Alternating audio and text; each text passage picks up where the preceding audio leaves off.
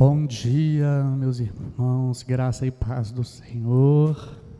Mais um domingo, graças a Deus, nós temos a oportunidade de nos reunirmos como igreja para nós prestarmos a nossa adoração, o nosso serviço ao Senhor. Vamos orar para nós iniciarmos o nosso culto com a nossa escola bíblica. Senhor Deus amado, Pai eterno, eis-nos aqui mais um domingo reunidos em Tua santa presença. Antes de mais nada, nós Te agradecemos por mais um dia de vida, pelo dia de hoje, por este domingo que o Senhor coloca diante de nós, a oportunidade, ó Deus, de vivermos para a Tua glória. Que no dia de hoje nós possamos, ó Deus, prestar a Ti o nosso culto racional. Nós nos achegamos a Ti neste momento confiados na pessoa e na obra de Jesus Cristo. Ele é o nosso intercessor, Ele é o mediador que nos representa junto a Ti, que intercede, ó Deus, por nós, e nós reconhecemos que nós só podemos nos achegar ao Senhor por causa de Cristo.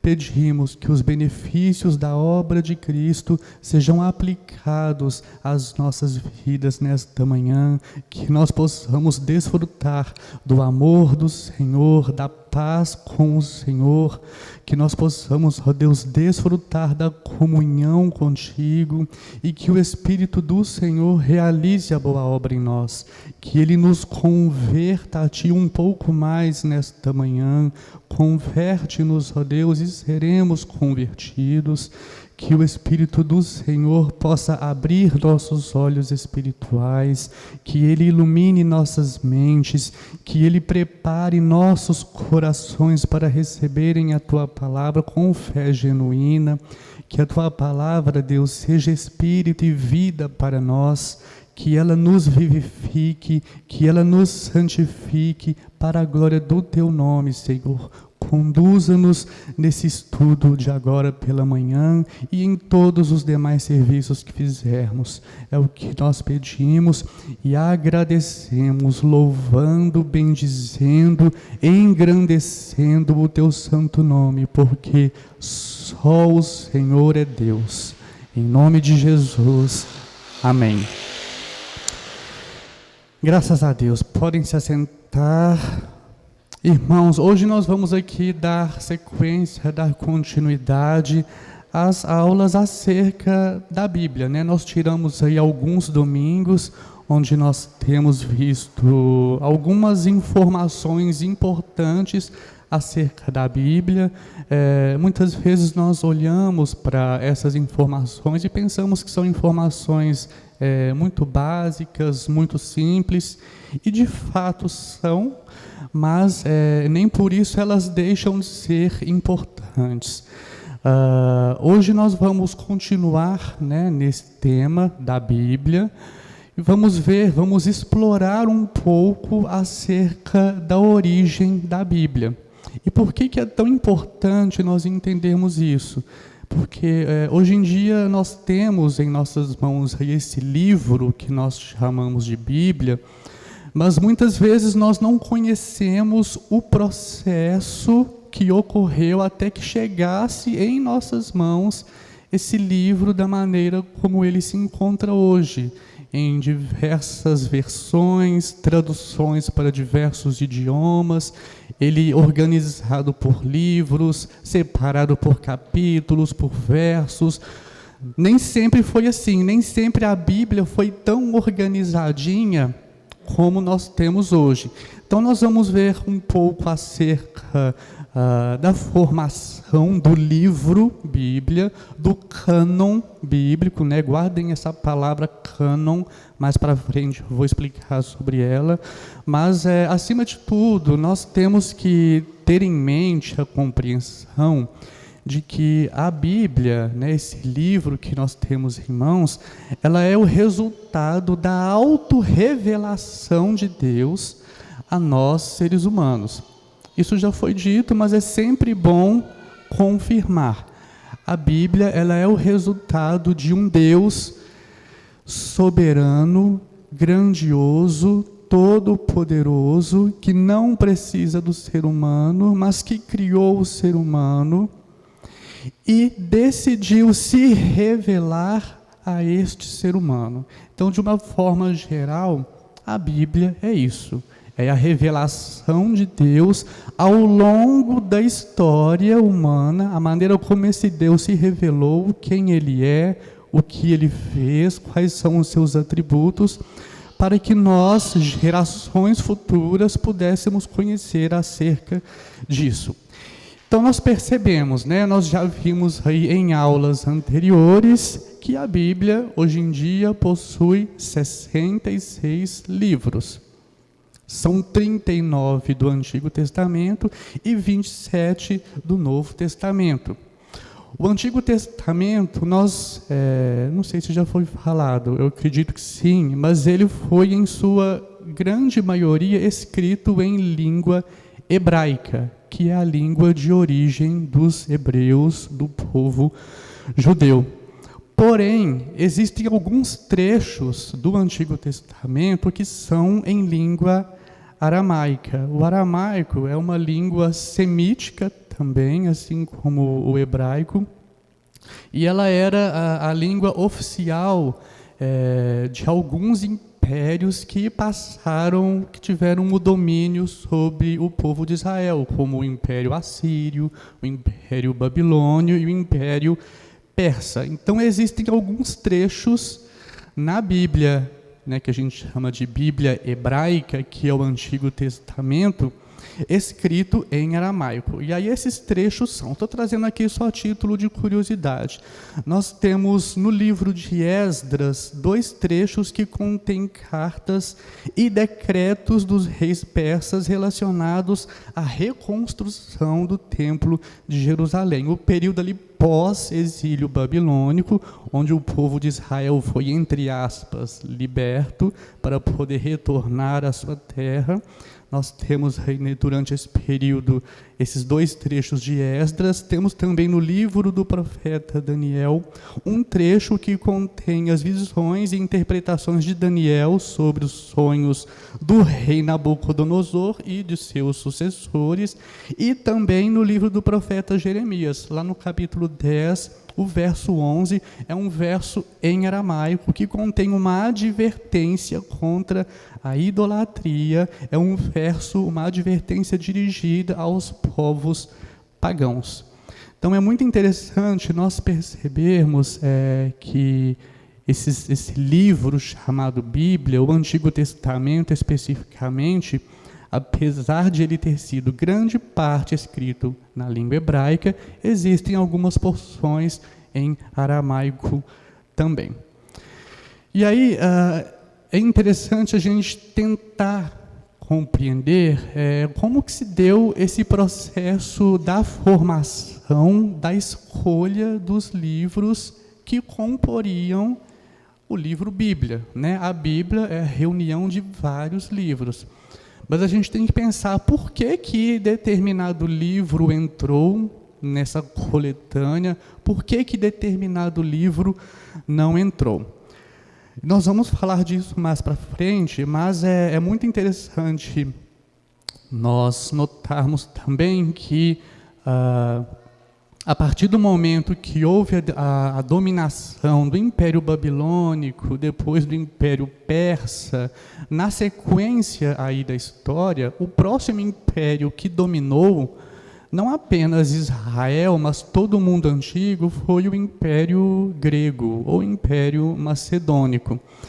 E durante esse império surgiu uma versão em grego que foi instituída como a língua oficial da época do mundo antigo. Houve uma versão do Antigo Testamento hebraico para o grego. E essa versão ela é chamada de Septuaginta. Imagino que alguns irmãos já devem ter ouvido esse termo. E esse termo existe porque essa tradução ela foi realizada por aproximadamente 72 anciãos de Israel, rabinos judeus, que foram reunidos para poder escrever aí essa versão.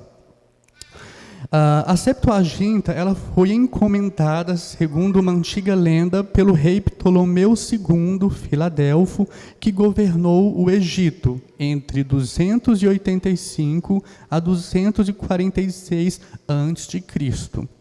Ele teria pedido essa tradução da Bíblia hebraica para o grego para enriquecer a famosa Biblioteca de Alexandria. Imagino que alguns irmãos também já tenham ouvido falar na Biblioteca de Alexandria. Era uma biblioteca que reunia ali os grandes e principais escritos da antiguidade que foram produzidos. E esse imperador, o Ptolomeu, ele achava que nessa grande biblioteca deveria também ter ali o livro mais importante para esse povo hebreu. E aí, por isso, ele encomendou essa tradução.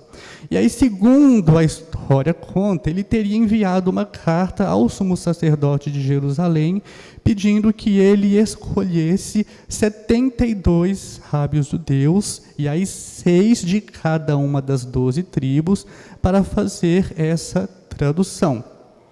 E aí é muito interessante, né, que essa versão, a partir de então, a Septuaginta, ela foi amplamente utilizada pelos judeus dispersos.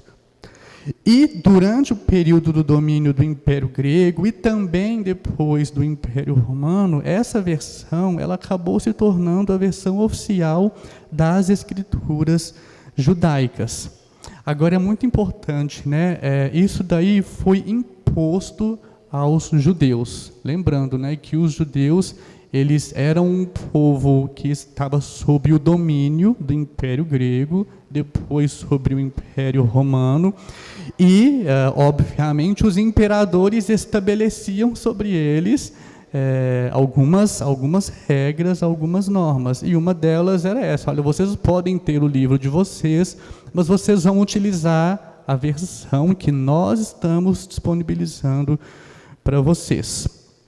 E aí é muito interessante nós observarmos também que na construção dessa versão da Septuaginta, alguns livros a mais do que o original no cânon hebraico foram acrescentados.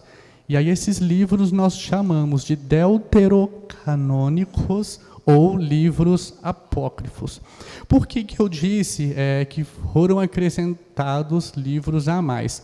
Porque na cultura dos hebreus, na cultura judaica, o cânon para eles já havia sido fechado, já havia sido definido ali no período de Esdras e Neemias.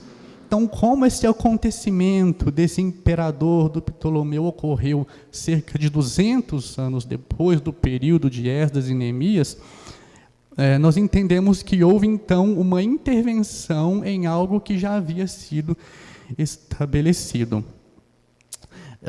E aí foram acrescentados alguns livros aos escritos dos hebreus, ao Antigo Testamento que eles consideravam. E aí eu estou falando muito, né, sobre o cânon bíblico. Né? O cânon bíblico é uma referência, é uma menção ao conjunto de livros que são reconhecidos como inspirados por Deus e que são autoritativos para a fé e a prática cristãs. O significado da palavra cânon é régua ou medida. O cânon vem de uma vara da cana que antigamente era utilizada para poder realizar as medidas. Atualmente, né, foi substituída aí pela régua, mas é a mesma ideia, é você utilizar um instrumento que vai te dar uma medida, que vai te dar uma referência que deve ser utilizada. Então, nós utilizamos a palavra cânon para poder indicar livros que fazem parte deste padrão, livros que fazem parte dessa regra que deve ser utilizada para julgar se um livro é ortodoxo ou não, se ele é verdadeiro ou não. De uma forma geral, o cânon bíblico é uma referência a uma lista com livros reconhecidos como oficiais à fé. E aí existe o cânon bíblico, né, que diz respeito a nós cristãos, o cânon hebraico. Cada religião vai ter o seu cânon oficial. A importância do cânon bíblico, né, no nosso caso, é que ele preserva a revelação de Deus ao longo da história.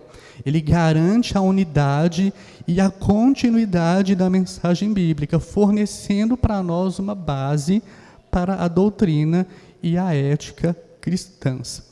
Agora vamos aqui entender dois termos que eu disse, né? Eu falei deuterocanônico e apócrifo. O primeiro termo, o deuterocanônico, ele é formado pela raiz grega de duas palavras. Deutero, que significa segundo, e cânon, como eu já disse, né, que é uma régua, algo utilizado para poder medir uma referência. E assim, esse termo deuterocanônico, né, traduzindo, é como se fosse uma segunda medida, um segundo padrão, uma segunda lista. No na nossa Bíblia, no Antigo Testamento, nós temos o livro de Deuteronômio, né? Deuteronômio significa o quê? São duas palavras, deutero, segundo, e nômio vem de nomos, que é lei, como se fosse uma segunda lei. Não uma segunda lei como se fosse uma outra lei, mas a mesma lei sendo dada em um outro período. Por isso que existe o livro de Deuteronômio, tem esse significado. A lei foi dada anos antes, ali na época do Êxodo, e o segundo livro, Deuteronômio, surgiu anos depois, trazendo ao povo, rememorando, relembrando as leis que foram dadas anteriormente. No sentido do deuterocanônico, né, nós dizermos que um livro é deuterocanônico, isso se refere a livros né, que, segundo acreditam, que foram considerados em um outro período como inspirados, e aí eles foram incluídos no cânon. É isso que significa deuterocanônico. Livros que posteriormente verificaram, não, esse livro aqui, eu acho que dá para incluir ele no nosso cânon, e aí eles foram adicionados. Já o termo apócrifo vem do grego, né, apócrifos, significa oculto, secreto. E o termo é usado para designar livros que têm certa semelhança com os livros inspirados, mas que nunca foram reconhecidos como inspirados, nunca foram recebidos no cânon. Então é muito comum esses livros que eu vou falar a seguir, que foram acrescentados ao cânon hebraico, eles serem chamados pela Igreja Romana de deuterocanônicos, no sentido de que não são livros reconhecidos, que foram incluídos depois, mas nós cristãos os chamamos de apócrifos, porque são livros que não são reconhecidos como inspirados da parte de Deus. E aí esses livros são Tobias, Judite, 1º e 2º Macabeus, livro de sabedoria, livro de Eclesiástico, Baruque, carta de Jeremias e alguns acréscimos ao livro de Esther e ao livro de Daniel.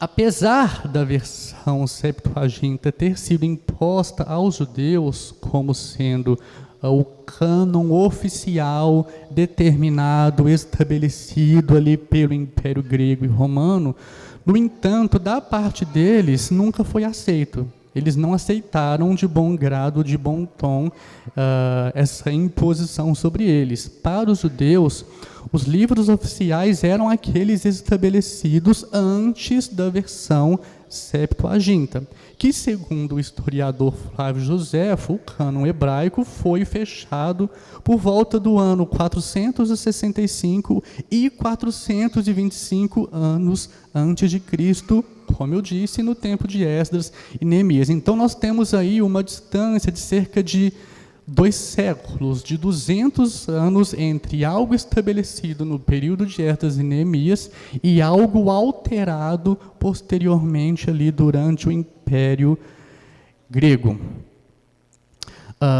É muito interessante, né, nós notarmos que os judeus se levantaram num determinado momento para poder, como eu posso dizer, combater essa imposição por parte do Império Grego e depois por parte do Império Romano. No final do século I e no início do século II, já ali depois de Cristo, rabinos judeus realizaram um sínodo, o sínodo de Jamnia, e este concílio, eles definiram a lista dos livros sagrados do judaísmo. E aí isso foi feito conforme no tempo de Esdras e Neemias. Eles retornaram ao cânon original, conforme havia sido estabelecido antigamente. E aí, até hoje, os judeus consideram que este é o cânon oficial das suas escrituras. A Bíblia deles, os escritos dos judeus, hoje em dia são compostos em 3 partes, né? E acho que nós chegamos a ver que uma delas é a Torá, a lei, outras é a Nebiim, que diz respeito ao escrito dos profetas, e outro Ketuvim, que são os escritos. E aí isso vai dar um total de 24 livros, diferente do nosso, né? A gente considera o nosso Antigo Testamento, ele é exatamente igual ao dos judeus. Só que a nossa divisão, ela é diferente da divisão deles. Ô, Ana Luísa, pega a Bíblia aí, a de baixo, e passa para os irmãos darem uma olhada. Irmãos, eu trouxe aqui, traz aqui para mim. Aqui, ó, essa daqui é a Bíblia hebraica, que é chamada de Taná. Aí ela está em hebraico e está em português. Eu vou deixar aqui para vocês passarem aí, darem uma olhada. Vocês podem perceber que a dificuldade, a própria disposição dela é diferente. Isso, é assim mesmo, José Carlos. É de trás para frente, porque ela está em hebraico. Então, o início dela é no fim. E aí você vai passando, né, entre vocês, a divisão é exatamente em 3 categorias: a Torá, os profetas e os escritos, dando um total de 24 livros. E aí os irmãos vão perceber que para nós existe a divisão, por exemplo, 1º e 2º Samuel, mas para eles é somente o livro de Samuel.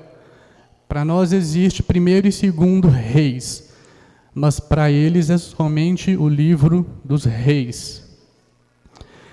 E aí, outra coisa também interessante, né? Quando a versão Septuaginta foi feita, na divisão da Septuaginta, não tinha livro de Samuel, nem livro de Reis. Esses 4 livros eram considerados como livros dos 4 reinos. Então, era 1º reino, equivalente a 1º Samuel, 2º reino, equivalente a 2º Samuel, 3º reino, equivalente a 1º Reis, e 4º reino, equivalente a 2º Reis. Então, os irmãos vão perceber aí que a composição do cânon hebraico, apesar do conteúdo ser o mesmo, a disposição é diferente, né? Então, hoje em dia, a nossa versão em português ela foi mantida dessa maneira, como dividido na Septuaginta, mas o cânon cristão protestante, ele não reconhece os livros apócrifos que foram acrescentados. Ok, até aqui nós falamos sobre a formação do Antigo Testamento, mas os irmãos podem perguntar, mas e o Novo Testamento? Como é que foi a formação do cânon bíblico do Novo Testamento? Também não foi um processo rápido e simples. Ao contrário, ele foi demorado, ele foi custoso, ele envolveu debates teológicos, análise de conteúdo e também tradição religiosa. Então, ao longo dos anos, alguns critérios foram sendo estabelecidos para poder reconhecer se um livro ou se uma carta são verdadeiramente inspirados por Deus, são reconhecidos aí como canônicos, como dentro dessa lista, dessa regra oficial. Primeira coisa, né, que a gente tem que entender sobre a formação do cânon do Novo Testamento. O Senhor Jesus, ele não escreveu nenhum livro. É muito interessante a gente observar, né, que o Senhor Jesus em si, ele não escreveu nada. Não existe, né, um livro de Jesus Cristo, uma carta de Jesus Cristo, um evangelho de Jesus Cristo. Não. Todo o conteúdo que ele transferiu, ele ensinou por meio das suas palavras e das suas ações. Mas os seus seguidores ensinaram por escrito e também oralmente os ensinamentos de Jesus. É aquilo que o Rony disse nas aulas anteriores. O Novo Testamento, os evangelhos, eles são relatos de testemunhas oculares, de pessoas que andaram, que estiveram com Jesus, ou que estiveram com apóstolos de Jesus, discípulos de Jesus. Assim como os livros do Antigo Testamento, os do Novo estão também dispostos em ordem temática por assuntos. Então, no Novo a gente tem a seção dos evangelhos, depois nós temos o livro de Atos, temos as cartas, e aí dentro da seção cartas, a gente pode também separar por subcategorias. Cartas paulinas, cartas de Pedro, cartas joaninas, cartas de Tiago, mas no geral são cartas ou epístolas. E por último nós temos o livro de Apocalipse. Mas essa disposição, conforme já foi dito aqui também, ela não está em ordem cronológica. A ordem em que os livros ou cartas foram escritos é diferente da ordem conforme estabelecida na Bíblia. Aí eu vou passar para vocês aqui uma outra Bíblia, que é a Bíblia em ordem cronológica. Essa Bíblia, os irmãos vão perceber que ela tem uma mistura de textos. Então, por exemplo, no início aí, vai ter Gênesis 1, Gênesis 2, aí quando chegar em Gênesis 11, se não me engano, vai entrar o livro da história de Jó. Porque na cronologia, na história temporal, acredita-se que Jó tenha surgido, tenha existido durante esse período ali de Gênesis, entre Gênesis 11 e Gênesis 12. Então os irmãos vão ver, né, que não vai estar separadinho, Gênesis, Êxodo, Levítico, Número, não. Vocês vão estar lendo Gênesis, de repente vai surgir Jó. Aí vocês vão estar lendo, por exemplo, Salmos, e aí vai surgir um outro trecho de um outro livro. Porque a ideia ali é construir o relato em ordem cronológica. Segundo consta, o primeiro livro a ser escrito do Novo Testamento foi qual? Vamos ver se os irmãos já têm aí essa informação ou não. Eu já digo que não foi nenhum dos evangelhos, né? Isso já foi dito aqui pelo nosso pastor Rony, não foi nenhum dos evangelhos, considerando o ano de escrita do livro ou carta. Se a gente for entrar na história bíblica, nas avaliações aí que os historiadores fizeram, eles consideram que o primeiro livro a ser escrito, na verdade, foi uma carta, e foi a carta de Tiago, em meados da década de 40. Nós temos também a primeira carta de Paulo aos Tessalonicenses, ali por volta do início da década de 50. Agora, já o Evangelho de Mateus, que foi o que na nossa Bíblia, né, é o primeiro evangelho na ordem ali de exposição dos livros, ele veio a ser escrito somente ali em meados da década de 60. O Evangelho de Marcos também ali na mesma época, variando alguns anos para antes. Então, os irmãos percebam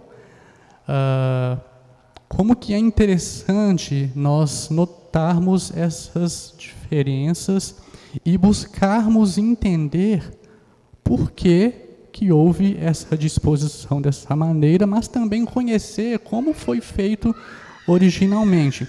Na verdade, se a gente for ver originalmente, se nós formos pegar aí, por exemplo, o Evangelho de Mateus, ou qualquer outro escrito dessa época aí antiga, os irmãos vão perceber que é completamente diferente do que nós temos hoje na nossa Bíblia. O texto grego todo corrente, não tem pontuação, não tem parágrafo, é tudo assim, ó, linearmente escrito um atrás do outro.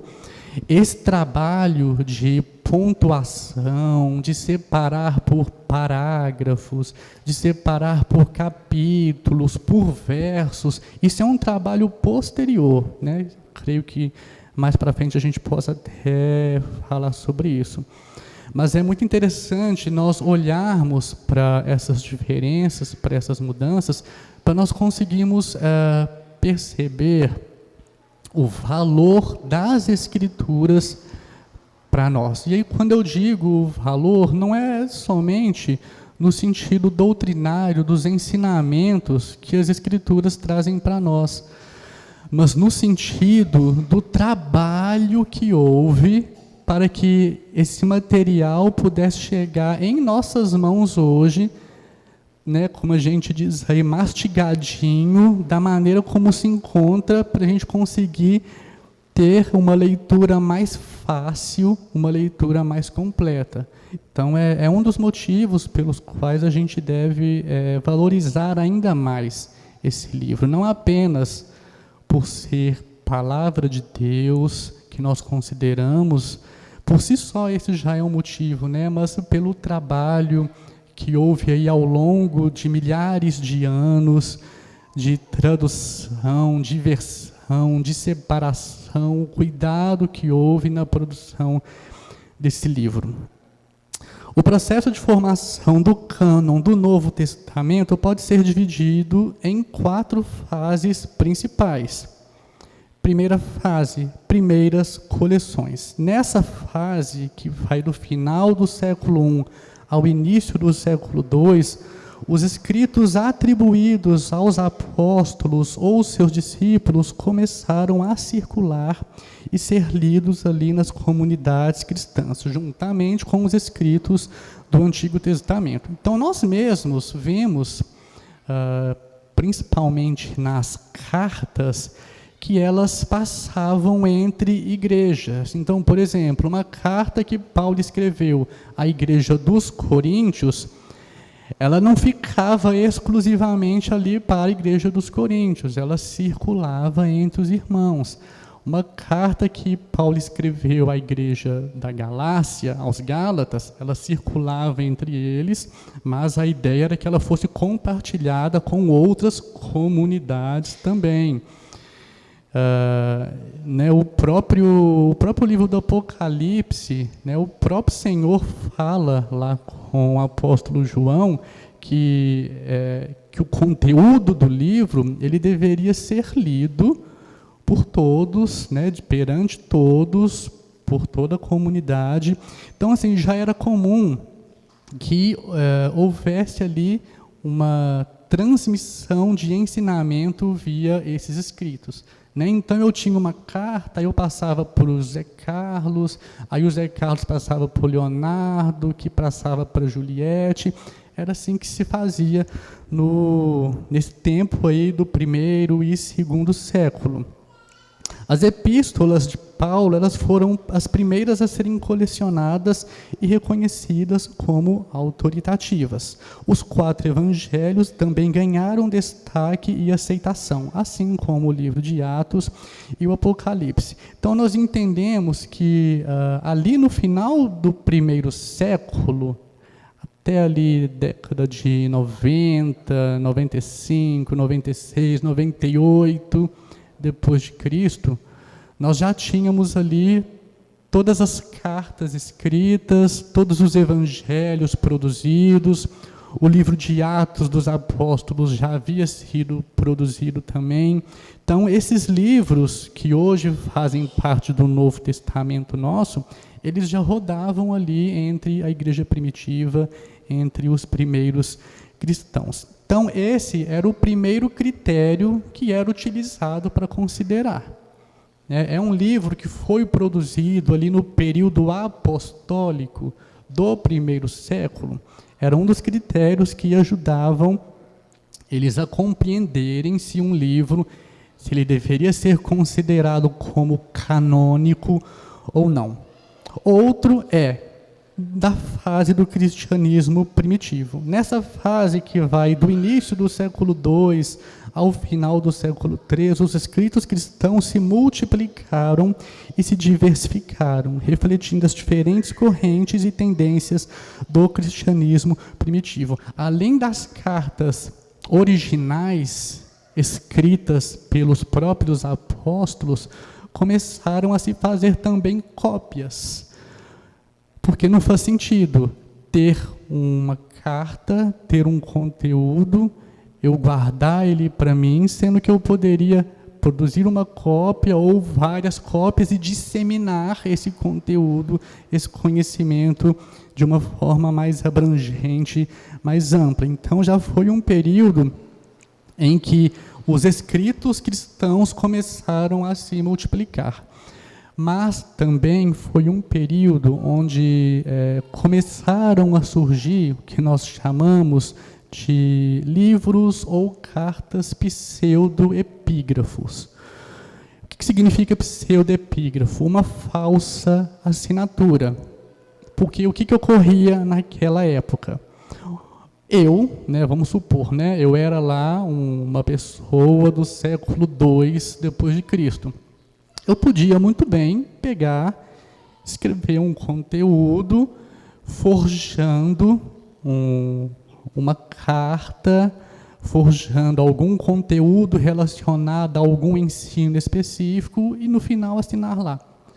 Assinatura Apóstolo Pedro, assinatura Apóstolo Paulo, assinatura Apóstolo André, Apóstolo Mateus.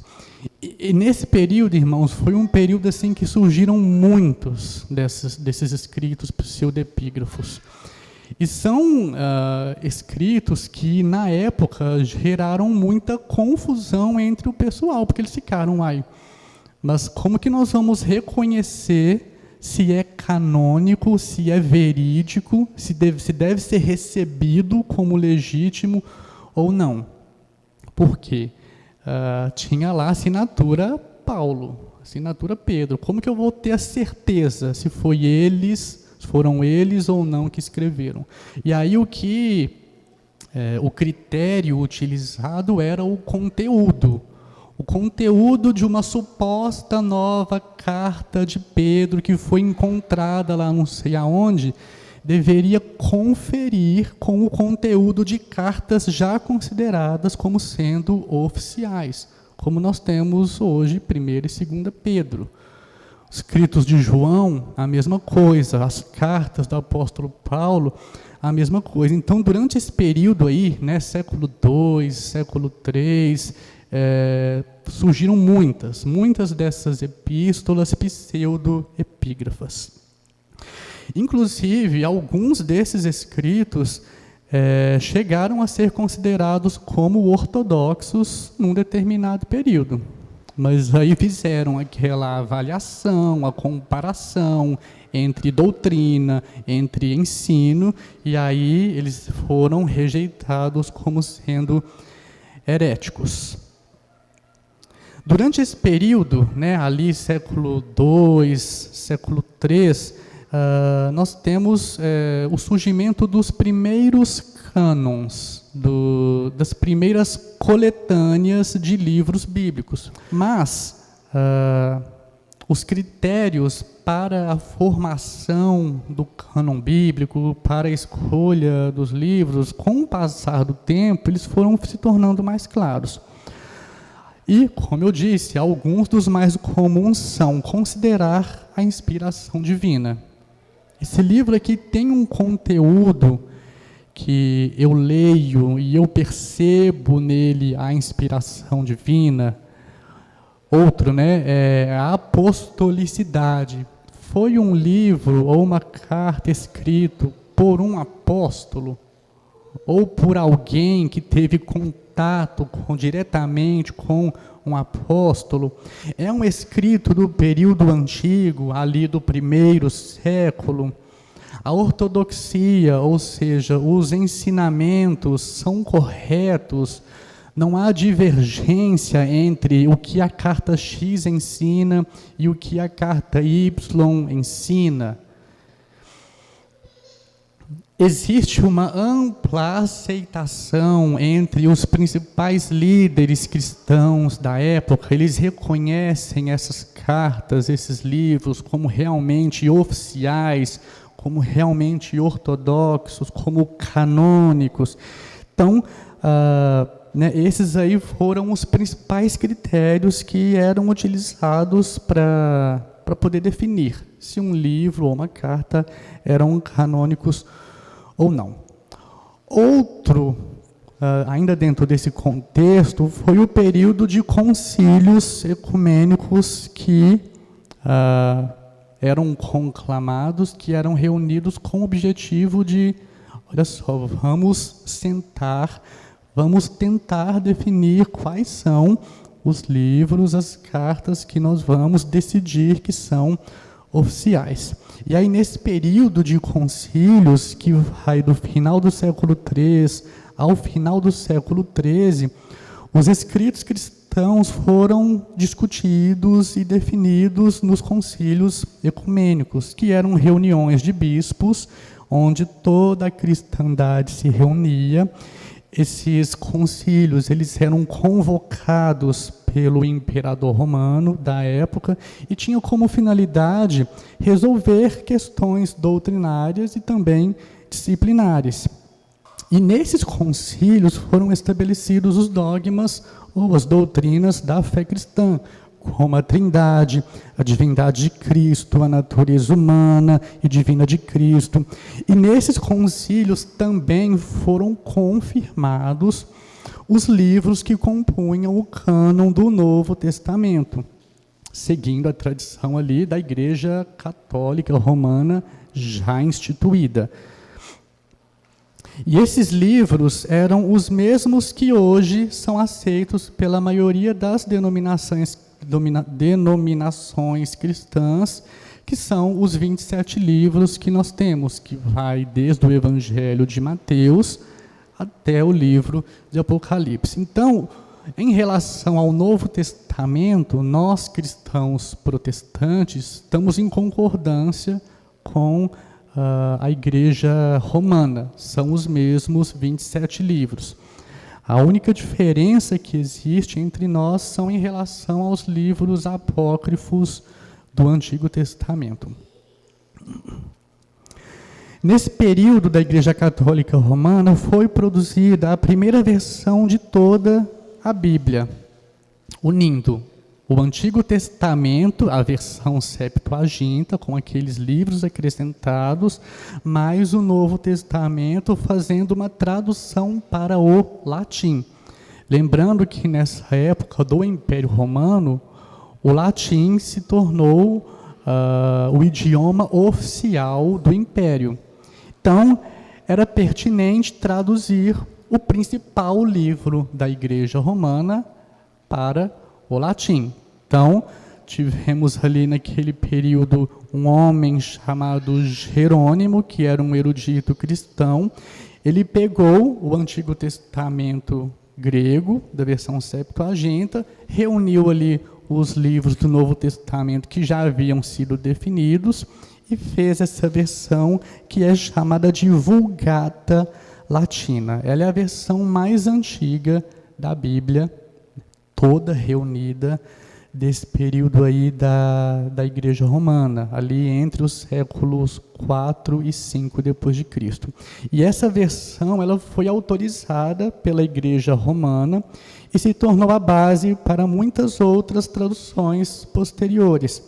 A Vulgata Latina, ela também contém os livros apócrifos. já que ela pegou a tradução da Septuaginta, ela manteve, e durante ali as deliberações da Igreja Romana, eles acreditavam que esses livros deveriam ser incluídos como deuterocanônicos, como eles chamaram. E houve uma outra fase, que é na fase da Reforma Protestante. A Reforma Protestante, ela foi importantíssima para determinar a Bíblia que nós temos hoje. Porque nós tivemos aí um período onde a Igreja Romana imperou sobre todo mundo, sobre toda a sociedade, e eles impuseram a religião deles, com a Bíblia deles, com os ensinamentos deles, para todos os cidadãos da época.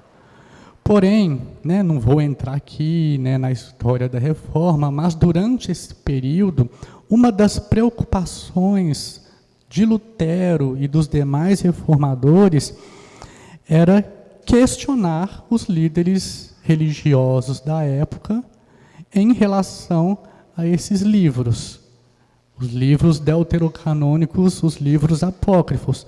Porque qual que era o entendimento deles? Olha, se nem o povo judeu recebeu esses escritos como sendo oficiais, por que vocês receberam? Por que nós, hoje em dia, vamos receber também?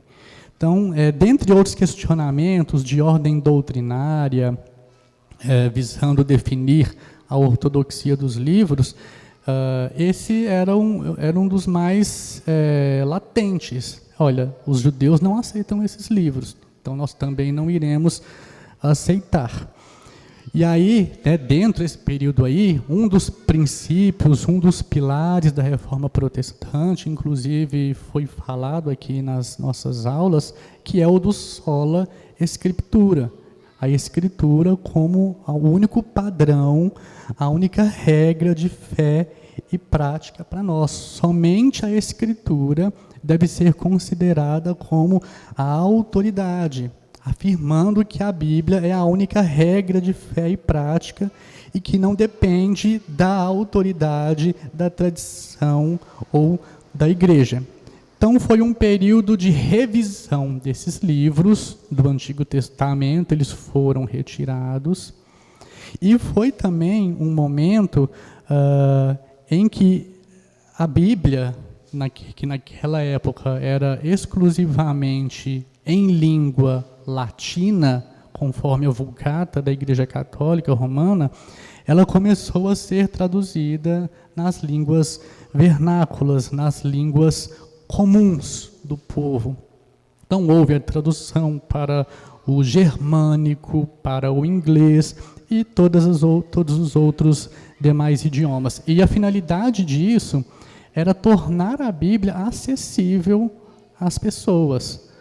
Porque o clero detinha para si a Bíblia, detinha o conhecimento da língua da Bíblia, que era o latim, mas o povo comum não tinha conhecimento, ou se tinha era muito pouco conhecimento do latim e não tinham acesso às Escrituras. E se tivesse, seria no latim.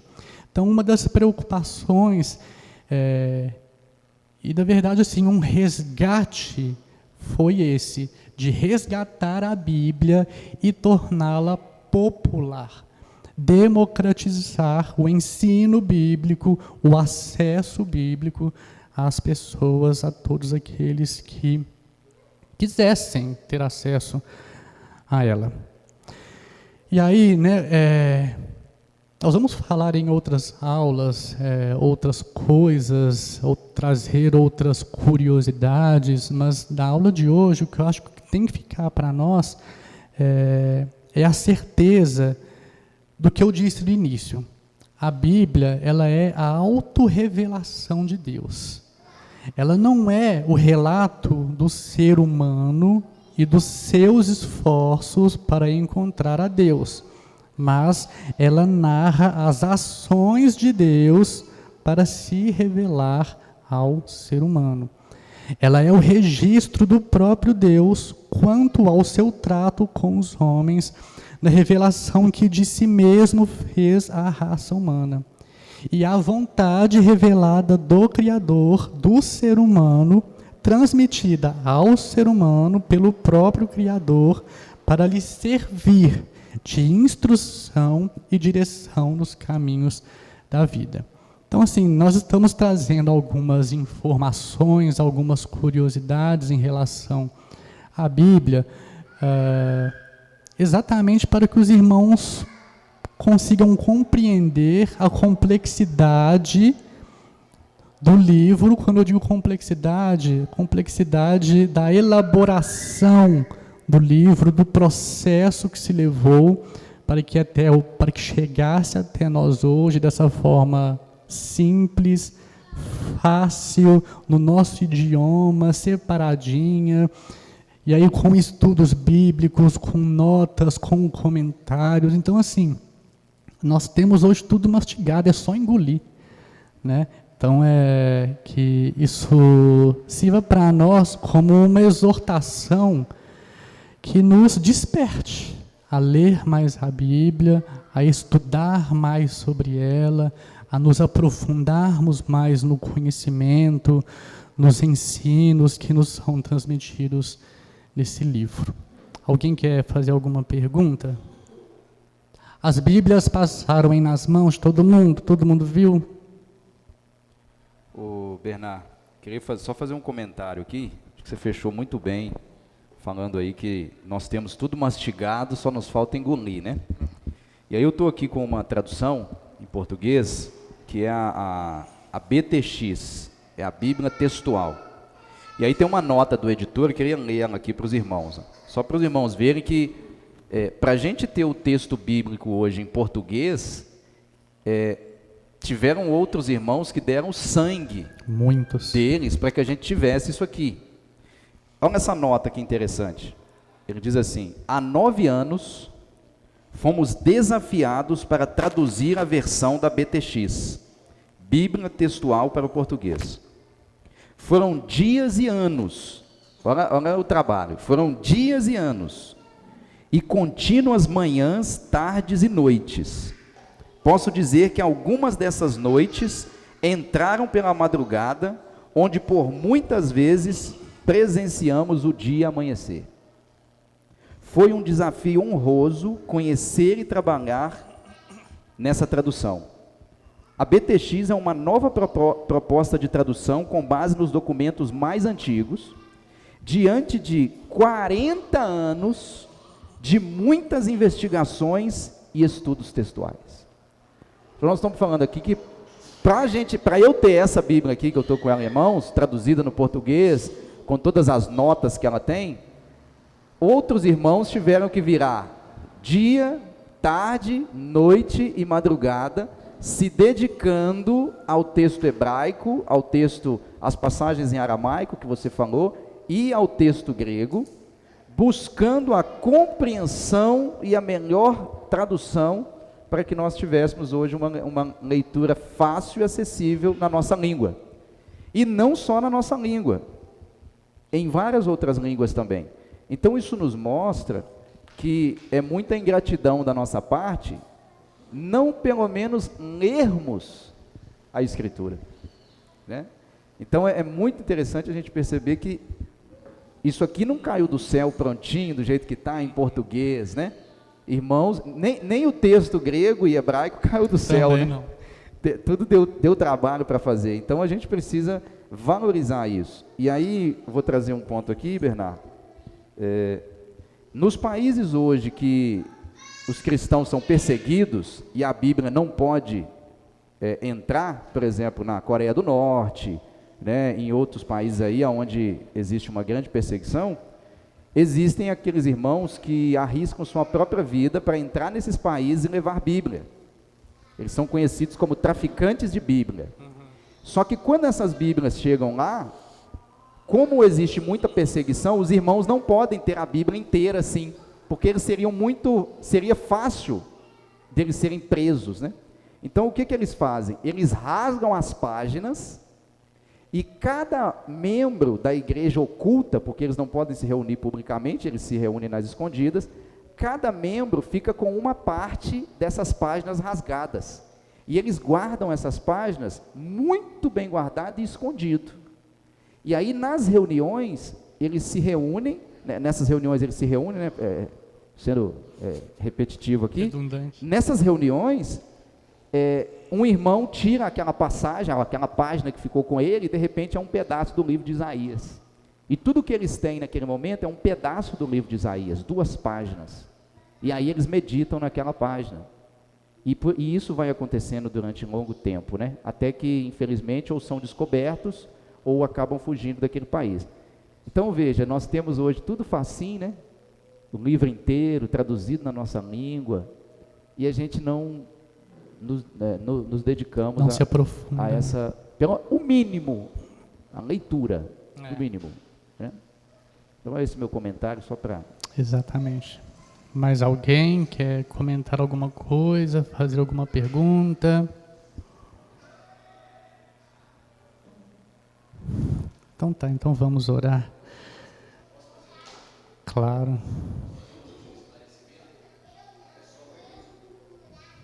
O último esclarecimento, só para os irmãos não confundirem, que o livro eclesiástico na Bíblia católica não é o livro de Eclesiastes no Novo Testamento. Isso. São livros diferentes, só para os irmãos talvez não confundirem. Isso aí. Então vamos orar, irmãos. Pai eterno, graças te damos por este período de estudo, de conhecimento acerca da tua palavra. Deus, a minha oração particular e também por meus irmãos é que o Espírito do Senhor nos desperte, que Ele nos levante, Senhor, que Ele nos incomode, para que nós nos dediquemos mais à leitura, ao estudo, à meditação bíblica. A tua palavra, Senhor, conforme o salmista diz, ela tem que ser lâmpada para nossos pés, luz para nossos caminhos.